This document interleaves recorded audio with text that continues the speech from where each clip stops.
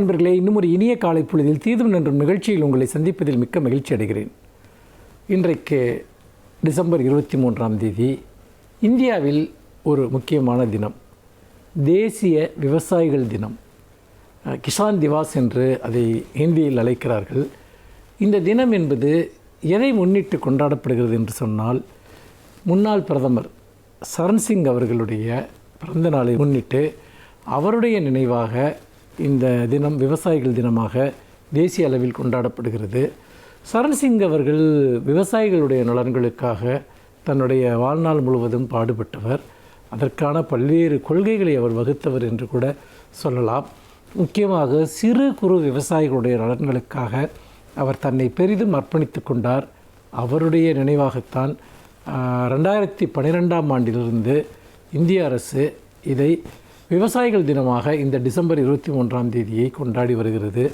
பொதுவாக விவசாயத்தை போற்றுகிறவர்கள் பலர் இருக்கிறார்கள். ஆனால் விவசாயிகளுடைய நிலை எந்த அளவிற்கு மேம்பட்டிருக்கிறது என்பது நம் முன்னால் இருக்கக்கூடிய ஒரு கேள்வியாக இருக்கிறது. அதாவது உழுதுண்டு வாழ்வோரே வாழ்வார், பற்றெல்லாம் தொழுதுண்டு பின் செல்வார் என்பது ஐயன் திருவள்ளுவரனுடைய வாக்கு. ஆனால் உண்மையில் விவசாயிகளினுடைய வாழ்க்கை எப்படி இருக்கிறது? அந்த வாழ்க்கை மேம்படுவதற்கு நாம் என்ன செய்ய வேண்டும்? இதுதான் நம் முன்னால் இருக்கக்கூடிய ஒரு கேள்வி. இன்றைக்கு விவசாய உற்பத்தி தான் ஒரு நாட்டினுடைய அடிப்படை ஆதாரமான வளர்ச்சியாக இருக்கிறது. ஒரு காலத்தில் நாம் வேளாண் உற்பத்தியில் மிக குறைவான அளவிற்கே உற்பத்தியை மேற்கொண்டு வந்தோம். அதாவது மரபு வழி விவசாயத்தின்படி மிக குறைவான உற்பத்தியே இங்கு நிகழ்ந்தது. அப்போது குறைவான அந்த விவசாய உற்பத்தி நடைபெற்ற காலங்களில் மக்கள் பசியிலும் பட்டினியிலும் மடிந்தார்கள் என்பது நம்முடைய வரலாறு. இன்னும் சொல்லப்போனால் மிகப்பெரிய பஞ்சங்கள் இந்தியாவில் வந்தன. தாது வருட பஞ்சத்தை பற்றியெல்லாம் நீங்கள் வரலாற்றில் படித்திருப்பீர்கள். அதற்கு பிறகு பசுமை புரட்சி வந்த பிறகு இந்தியாவில் உணவு உற்பத்தியில் நாம் தன்னிறைவை அடைந்தோம். நவீன வேளாண் உற்பத்தி முறைகளை பயன்படுத்தி பெருமளவிற்கு இத்தனை கோடி மக்கள் வாழக்கூடிய நாட்டிற்கு தேவையான உணவு உற்பத்தியில் நாம் தன்னிறைவை அடைந்தோம் என்பதை பார்க்கிறோம். விவசாயிகள் நலனுக்காக பல திட்டங்கள் தீட்டப்பட்டிருக்கின்றன என்ற போதும் கூட விவசாயிகளுடைய வாழ்க்கை போராட்டம் நிறைந்த வாழ்க்கையாக இருக்கிறது. உயிர் வாழ்வதற்கு அடிப்படையான ஆதாரமான வேளாண் உற்பத்தியில் ஈடுபடக்கூடியவர்கள் பலர் விவசாயத்தை விட்டு வெளியேறக்கூடிய அளவிற்கு அவர்களுடைய உற்பத்திக்கு போதுமான விலை கிடைக்காததிலிருந்து தொடங்கி இயற்கை பேரிடர்களால் அவர்கள் மிகப்பெரிய ஒரு இழப்பை சந்திப்பது வரைக்கும் பல்வேறு பிரச்சனைகளை விவசாயிகள் தொடர்ந்து சந்தித்து வருகிறார்கள். இன்னும் சொல்லப்போனால் இந்தியாவில் விவசாயிகள் தற்கொலை என்பது உலக அளவில் அறியப்பட்ட ஒன்று. பல்லாயிரக்கணக்கான விவசாயிகள் வறுமையின் காரணமாக தற்கொலை செய்து கொண்ட வரலாறுகளும் புள்ளி விவரங்களும் நமக்கு தெரியும். இன்றைக்கும் கூட அது நடப்பு உண்மையாக இருக்கிறது. கடன் தொல்லையினாலும் போதுமான வருமானம் இல்லாததினாலும் விவசாயிகள் தங்களுடைய இன்னுயிரை மாய்த்து கொள்வதும் நடக்கிறது. இன்னொரு புறம் வேளாண் உற்பத்தியை பாதுகாக்கவும் விவசாயிகளை பாதுகாக்கவும் பல்வேறு திட்டங்கள் தீட்டப்படுகின்றன.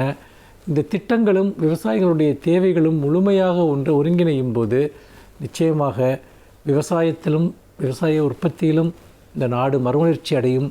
விவசாயிகளை பாதுகாத்தால்தான், வேளாண்மையை பாதுகாத்தால்தான் பஞ்சமில்லாத ஒரு இந்தியாவை நாம் உருவாக்க முடியும்.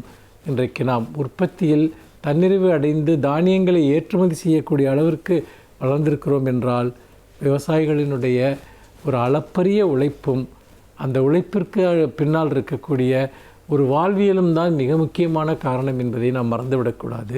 மீண்டும் இன்னும் ஒரு புதிய சிந்தனையோடு உங்களை சந்திக்கிறேன். நன்றி, வணக்கம்.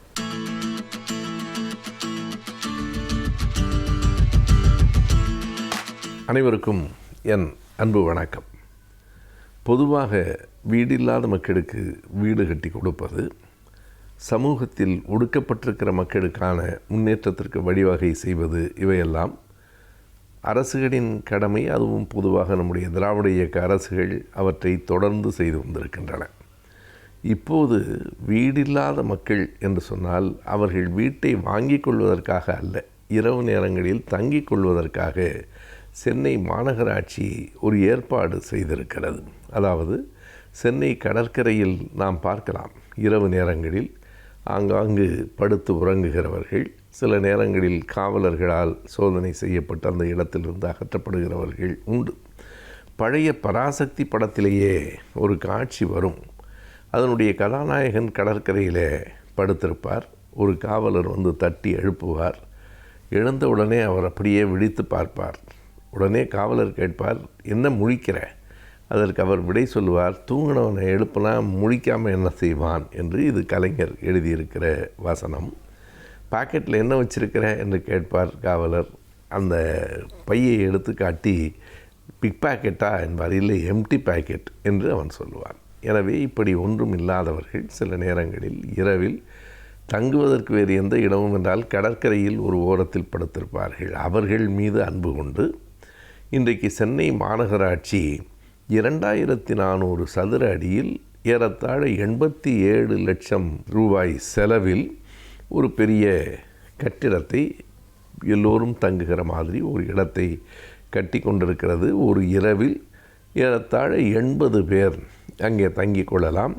கழிப்பறைகள் இருக்கின்றன என்னும் அறிவிப்பும் இது 2026 ஜனவரியிலேயே அது திறக்கப்படும் என்றும் செய்தி வந்திருக்கிறது. இது மக்களின் மீது கொண்டிருக்கிற ஓர் அன்பு. ஆனால் இதற்குள் பல நடைமுறை சிக்கல்கள் இருக்கின்றன. எங்கோ வீடற்றவர்கள்தான் என்று இல்லை. தங்கிக் கொள்ளலாம் என்றால் அதனால் எங்கிருந்தோ எல்லாம் அங்கு வந்துவிடக்கூடியவர்கள். ஏனென்றால் பொதுவாக பிச்சை எடுத்து தங்கள் வாழ்க்கையை ஓட்டுகிறவர்கள் அல்லது வேறு விதமாக பிழைக்கிறவர்கள் எல்லோரும் கூட அந்த இடத்தை பயன்படுத்தி கொள்ள முயற்சி செய்வார்களோ என்கிற எண்ணம் இருக்கிறது. இருந்தாலும் அதனை இந்த மாநகராட்சி எப்படி ஒழுங்கு செய்யப் போகிறது என்பது அடுத்த கட்டம். இருப்பினும் கூட மக்களின் மீது அன்பு கொண்டு இல்லாதவர்கள் மீது இரக்கம் கொண்டு இப்படிப்பட்ட ஏற்பாடுகளை ஓர் அரசு, ஒரு மாநகராட்சி செய்வது என்பது இது ஒரு புதிய முயற்சி என்று தான் சொல்ல வேண்டும். அதுவும் சென்னை கடற்கரையில், மெரினா கடற்கரையில் ஏராளமானவர்கள் இப்படிப்பட்டவர்கள் இங்கும் அங்குமாக அலைவதை நாம் பார்த்திருக்கிறோம். இன்னொரு விதத்தில் இது பயன்படவும் கூடும். அங்கங்கே இருந்து அவர்கள் வேறு தவறான அந்த சங்கிலி பறிப்பு போன்றவைகளில் ஈடுபடாமல் ஒரு இடத்திலேயே இருந்தால் அவர்கள் கண்காணிப்புக்கு உள்ளாகவும் வந்து விடுவார்கள் என்பது இன்னொன்று. காவலர்களுக்கு அது ஒரு வாய்ப்பாகவும் இருக்கும், அவர்களை பாதுகாக்கக்கூடியதாகவும் இருக்கும். எங்காவது இருக்கிறவனை போய் அங்கே படுத்து தூங்கு என்று சொல்லலாம். இப்படி புதிதாக நாட்டினுடைய மக்கள் தொகை கூடுகிற போது இப்படிப்பட்ட சிக்கல்களெல்லாம் வரும். மேலை நாடுகளில் இப்படியெல்லாம் இல்லையே என்றால், மேலை நாடுகளில் பரந்துபட்ட நிலப்பரப்பு, மிக குறைவான மக்கள் தொகை என்பதை நாம் கணக்கில் கொள்ள வேண்டும். இன்றைக்கு உலகத்திலேயே மக்கள் தொகையில் முதல் இடத்துக்கு ஏறத்தாழ வந்துவிட்ட இந்தியா பரப்பளவில் 7வது இடத்தில் தான் இருக்கிறது. எனவே இன்னொன்றையும் நாம் கணக்கில் கொண்டால் மக்கள் தொகை என்பது எவ்வளவு பேர் என்பதை மட்டும் வைத்து பார்க்காமல் எவ்வளவு நிலப்பரப்பில் எவ்வளவு பேர் என்று கணக்கிட்டால் உலகத்திலேயே மிக அடர்த்தியாக மக்களை கொண்டிருக்கிற நாடு இந்தியாதான். எனவே இந்தியாவில், தமிழ்நாட்டில், அதுவும் ஒரு சென்னை மாநகராட்சியில் இப்படிப்பட்ட ஒரு திட்டத்தை நடைமுறைப்படுத்த முயற்சி செய்கிறார்கள் என்பது வரவேற்புக்குரியதுதான். கவனத்தோடும் அது செய்யப்பட வேண்டும் என்பதை நாம் உணர்கிறோம். மாநகராட்சியும் கண்டிப்பாக உணர்ந்திருக்கும்.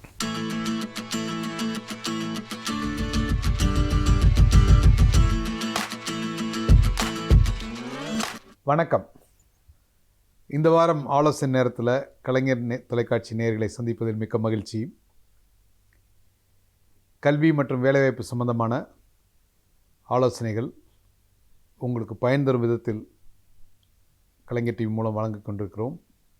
அந்த வகையிலே இந்த வாரத்தில் இந்த ஆங்கிலம், அதாவது மொழித்திறன், ஒரு லாங்குவேஜ் ஸ்கில் எவ்வாறு தொழில் செய்பவர்களுக்கும், ஒரு வேலைக்கு போகிறவங்களாக இருந்தாலும் சரி, தொழில் செய்பவர்களாக இருந்தாலும் சரி, மொழியில் இருக்க திறன், மொழியை கையாளும் திறன் எவ்வாறு மிகவும் அவசியமாகிறது அப்படிங்கிறத பார்க்கலாம். அதாவது மொழி ஒரு இன்றியமையாத ஒரு பக்கமாக மாறிக்கொண்டிருக்கிறது. கம்யூனிகேஷன் ஸ்கில்ஸ் அப்படின்னு சொல்லுவாங்க. அந்த கம்யூனிகேஷன் ஸ்கில்ஸ் அப்படிங்கிறது மொழியையும் உள்ளடக்கியது. கம்யூனிகேஷன் ஸ்கில்ஸ் அப்படிங்கிறது பேச்சாற்றல் மட்டுமல்ல. நம்ம ஒருத்தர்கிட்ட எப்படி கம்யூனிகேட் பண்ணுறோம், இன்னொருத்தர் மூலம் இன்னொருத்தர்கிட்ட நம்ம எப்படியெல்லாம் கம்யூனிகேட் பண்ண, பரஸ்பரம் எப்படியெல்லாம் உரையாடுகிறோம் அப்படின்னு நம்ம பார்க்குறோம். உரையாடுவது, நம்ம நார்மலாக உரையாடுறது அது மிக அதிகமாக உரையாடுவது நம்ம பேச்சில் அப்படின்னு சொல்லுவோம். ஆனால் உண்மையிலேயே நம்ம மிக அதிகமாக நம்ம வந்து இன்னொருத்தர்கிட்ட கம்யூனிகேட் பண்ணுறது நம்மளுடைய பாடி லாங்குவேஜ், நம்மளுடைய கண் அசைவுகள், புருவத்தின் அசைவுகள், கண் பார்க்கின்ற இடம், என்ன டிஸ்டன்ஸில் என்னென்னு பேசுகிறோம், என்ன டிஸ்டன்ஸில் அவங்கள்ட்ட பேசுகிறோம், எப்படி நம்ம ஹேண்ட் ஷேக் பண்ணுறோம், எப்படி ஒருத்தர் கை கொடுக்குறோம், எப்படி ஒருத்தரை பார்த்து வணங்குகிறோம், எப்படி கை கூப்பிட்டு வணக்கம் சொல்கிறோம். இது எல்லாமே சேர்ந்தது தான் கம்யூனிகேஷன் ஸ்கில்ஸ். இதில் மேஜர் பார்ட் வந்து யாராக இருந்தாலும் சரி, எந்த நாட்டில் பிறந்தவர்களாக இருந்தாலும் சரி, பாடி லாங்குவேஜ் அப்படிங்கிறது ஓரளவுக்கு ஒரு ஒரு ஒரு உயிரும் இன்னொரு உயிரும் வந்து கம்யூனிகேட் பண்ணிக்கும். புன்முறுவல் எப்படி வந்து யூனிவர்சல் லாங்குவேஜோ, உலக மொழி, எந்த மொழி தெரியலாம் தெரியாமல் போகலாம், ஆனால் ஒருத்தரை பார்த்து நீங்கள் புன்முறுவல் செய்கின்ற பொழுது ஒரு பாசிட்டிவான ஒரு நேர்மறை எண்ணத்தோட ஒருத்தர் கண்ணை பார்த்து நீங்கள் சிரிச்சிங்க அப்படின்னா எந்த மொழியும் தெரிய வேண்டாம், அவரும் உங்களை பார்த்து சிரிப்பார். He will also respond. Right? அதுதான் வந்து கம்யூனிகேஷன். ஆனால் ஒரு மொழி ஆர்வம், மொழித்திறன் அப்படிங்கிறது ஆங்கிலம் எப்படி வந்து ஒரு கம்யூனிகேஷன்ஸ் ஒரு பிரிட்ஜிங் லாங்குவேஜாக இருக்குது அப்படிங்கிறதான் இன்றைக்கி வந்து நிறைய இடங்களில் பலருடைய வாழ்க்கையில் பல வெற்றி வாய்ப்புகள் தட்டி போனதற்கு காரணம் அவங்களால வந்து அவங்க நினச்சதை சரியாக மற்றவர்களிடம் கம்யூனிகேட் பண்ண முடியாது, நினைத்ததை சொல்ல முடியாதது. எனக்கு வந்து ஒரு ஒரு ஒரு பொருளை பற்றிய மிக அதீத அறிவு இருக்கிறது, அந்த பொருளில் ஆர்வம் இருக்கிறது, அதை பற்றி நிறையா ரிசர்ச் பண்ணியிருக்கேன், அது என்ன பண்ணும், ஏது பண்ணும், எப்படி பண்ணணும் அப்படிங்கிறதா எனக்கு தெரியும். ஆனால் அதை எனக்கு வெளியில் சொல்ல தெரியாது, மற்றவர்களுக்கு புரிகிற மொழியில் என்னால் சொல்ல தெரியாது. அப்படின்னா என்ன நடக்கும்? ஒரு அழகான ஒரு நிகழ்வு கேட்டிருந்தேன். அதாவது பழங்காலத்தில் வந்து அந்த ஆங்கிலேயர் காலத்தில் ஒரு லாங்குவேஜ் டிரான்ஸ்லேட்டர்ஸ் அப்படிங்கிறவங்க சென்னையிலாம் நிறைய பேர் இருந்திருக்காங்க. ஆங்கில துறைகளுக்கும் நம்ம ஊர் வியாபாரிகளுக்கும் நடுவில், நம்ம ஊர் விவசாயிகளுக்கு நடுவில் ஒரு டிரான்ஸ்லேட்டர். அவங்க சொல்லுவாங்களாம், அப்பா அந்த 1 மீட்டர் துணி எவ்வளோப்பா அப்படிமா. அவன் 4 ரூபா ஐயா அப்படிம்பாரான். இவர் டிரான்ஸ்லேட்டர் சொல்லுவாராம் அவர்கிட்ட, அந்த ஆங்கிலத்துறையிட்ட $40 அப்படிம்பாரான். அவர் நோ எக்ஸ்பென்சிவ், ஆஸ் ஃபார் $30 அப்படிம்பாரான். இவர் வந்து இல்லைப்பா துறை $3 கேட்குறாருப்பா, 3 ரூபாய்க்கு கேட்குறாருப்பா அப்படிம்பாரான்.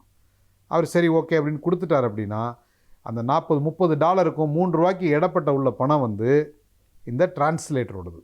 அவங்க வந்து பலவிதமான பணம் பண்ணாங்களாம். அதாவது மிக அதீத அந்த துறையை விட, ஆங்கிலேயரை விட, அந்த பொருளை உருவாக்குனவங்களோட நடுவில் அந்த மீடியேட்டர் டிரான்ஸ்லேட்டர் அப்படிங்கிறவங்க நிறையா பொருள் ஈட்டினாங்க. அவங்களுக்கும் இவங்களுக்கு தெரியாது ஒன்று லாங்குவேஜ் ஸ்கில்ஸ், அவங்களுக்கு தமிழ் தெரியாது, இவங்களுக்கு இங்கிலீஷ் தெரியாது. இடையில ஒருத்தர் வந்து அந்த மொழித்திறனை மட்டும் வைத்துக்கொண்டு நிறையா பொருள் ஈட்ட முடிந்தது அப்படின்னு சொல்லுவாங்க. ஸோ இந்த கதையை எதுக்கு நான் சொல்கிறேன் அப்படின்னா, நீங்கள் வந்து என்ன துறையில் படித்தாலும் சரி, நம்ம வந்து இன்றைக்கி ஒரு multi cultural society, multi linguistic society அப்படின்னு சொல்கிறது இருக்கும். ஒரு மீட்டிங் ரூமுக்குள்ளே நம்ம போனோம் அப்படின்னா, இப்போ சென்னையில் சாதாரண ஒரு மீட்டிங் ரூம் இல்லை ஒரு வாக்கிங்கில் 10 பேர் நடக்கிறோம். அந்த 10 பேர் நடக்கிறவங்கள்ட்ட பேசுனீங்க அப்படின்னா அதில் 3 பேர் மலையாளம், ஒரு 4 பேர் சென்னை எடுத்துகிட்டா ஒரு 5 பேர் தெலுங்கு, மீது 2 பேர் தமிழ் பேசுகிறவங்க, இல்லை 3 வேறு லாங்குவேஜ் பேசுகிறவங்க, ஹிந்தி பேசுகிறவங்க இருக்காங்க. இப்போ எல்லாருக்கும் ஒரே ஒரு லாங்குவேஜ், கனெக்டிங் லாங்குவேஜ் வந்து ஆங்கிலமாக இருக்கிறது. ஸோ அப்படி இருக்கப்போ ஒரு நிறுவனத்துக்கு போனோம் அப்படின்னா வெளிநாடுகளிலிருந்து வேலை செய்வங்க கூட அங்கே இருக்காங்க, எல்லாரும் இருக்காங்க. அப்போது இந்த மொழியை கையாளும் திறனை நம்ம வந்து சின்ன வயசில் இந்த கிண்டல் பண்ணாமல், நீங்கள் பெரிய பீட்டர் அப்படின்னு சொல்லாமல், ஆரம்பத்திலிருந்து அந்த மொழியை கையாளும் திறனை நாம் கற்றுக்கொள்ள வேண்டும். இன்றைக்கி நமக்கு பிடிக்குதோ பிடிக்கலையோ ஆங்கிலம் வந்து உலக மொழியாகி இருக்கிறது. நீங்கள் எந்த வேலைக்கு, எந்த நாட்டுக்கு என்ன வேலைக்கு போனாலும் சரி, வெளிநாடுகளாக இருந்தாலும் சரி, உள்நாடுகளாக இருந்தாலும் சரி, ஆங்கில மொழியோட அறிவு மிக மிக அதிகம், அதாவது தேவை அதிகம். ஸோ அதனால் வந்து நீங்கள் டிகிரி படிக்கிறப்போ, கல்லூரியில் பாடம் படிக்கிறீங்க, பாடம் வந்து ஆங்கிலத்தை தான் படிக்கிறீங்க. இந்த ஆங்கிலத்தை வந்து ஒரு சின்ன சாதாரண சப்ஜெக்ட் அப்படின்னு படிச்சுட்டு பாஸ் மார்க் வாங்கிறதுக்கு படிக்காமல், அதை எப்படி நம்ம கம்யூனிகேட் பண்ணுறது, எப்படி நம்ம நினைக்கிற விஷயங்களை வந்து ஆங்கிலத்தில் மொழிபெயர்த்து பேசுறது அப்படின்னு அந்த கல்லூரி காலம் 3 வருஷத்தில் உங்களோட ஆங்கில திறன்களை மிகவும் அதிகமாக வளர்த்து கொள்ள வேண்டும். அதுக்கு வந்து நிறையா ப்ரெசன்டேஷன் கொடுக்கணும். பப்ளிக் ஸ்பீக்கிங், வெளியில் மேடையில் 10 பேருக்கு முன்னாடி உங்களால் தைரியமாக பேச முடியணும். எந்த விதமான கூச்சமுமின்றி 10 பேரோ 100 பேரோ 1000 பேர் முன்னாடி நின்று உங்களால் தெளிவாக நீங்கள் நினைத்த விஷயத்தை அவர்களுக்கு புரிகிறபடி சொல்ல முடியும் என்றால் நீங்கள் ஒரு சிறந்த பேச்சாளர். அதாவது கேட்குறவங்களுக்கு புரியணும். நிறைய பேர் வந்து பேசுவாங்க, கேட்குறவங்களுக்கு எதுவுமே புரியாது. அவர் ஆங்கிலத்தில் வந்து உரையாடுறாருன்னு சொல்லுவாங்க, ஆனால் அவர் பேசுகிற வேகமும் பேசுகிற மொழி ஆளும் திறனும் வந்து நிச்சயமாக கேட்குறவங்களுக்கு புரியாது. என்றைக்கு நீங்கள் பேசுகிறது மற்றவர்களுக்கு புரியவில்லையோ நீங்கள் ஒரு புவர் கம்யூனிகேட்டர் ஆகிவிடுகிறீர்கள். நீங்கள் பேசுகிற மொழி என்னவாக இருந்தாலும் எதிர்த்த மாதிரி இருக்கவங்களுக்கு, உங்கள்கிட்ட கேட்குறவங்களுக்கு அவங்களுக்கு புரிஞ்சால் நிச்சயமாக இங்கே திறனான மொழி கையாளுகிறவர். ஸோ இங்கே இருக்கிறவங்க 10 பேர் இருக்காங்க, 10 பேருக்கு தமிழை தவிர வேறு எதுவுமே தெரியாதுன்னா அவங்கள்ட்ட போய் ஆங்கிலத்தில் பேசுகிறது சரியா அப்படின்னு கேட்டால் தவறு அப்படிங்கிறது உங்களுக்கே தெரியும். ஸோ அந்த வகையில் நீ யாராக இருந்தாலும் சரி, நீங்கள் உங்களோட கம்யூனிகேஷன் திறன் எப்படி இருக்குன்னா, நீங்கள் பேசுகிறதை கேட்பவர்களுக்கு நீங்கள் சொல்ல வந்த விஷயம் முழுவதுமாக போய் சேரணும். அந்த விதத்தில் உங்களுடைய கம்யூனிகேஷன் ஸ்கில்ஸை, லாங்குவேஜ் ஸ்கில்ஸை நீங்கள் வளர்த்துக்கணும். நீங்கள் படிக்கின்ற காலத்தில், கல்லூரியில் பள்ளியில் படிக்கிற காலத்தில் இந்த லாங்குவேஜை கற்றுக்கொள்வது மிக எளிது. ஒரு மல்டி லிங்குவிஸ்டிக் பர்சனாக பல மொழிகளை கற்று தேர்ந்த ஒருவராக நீங்கள் வர வேண்டும். வாழ்த்துக்கள். வணக்கம்.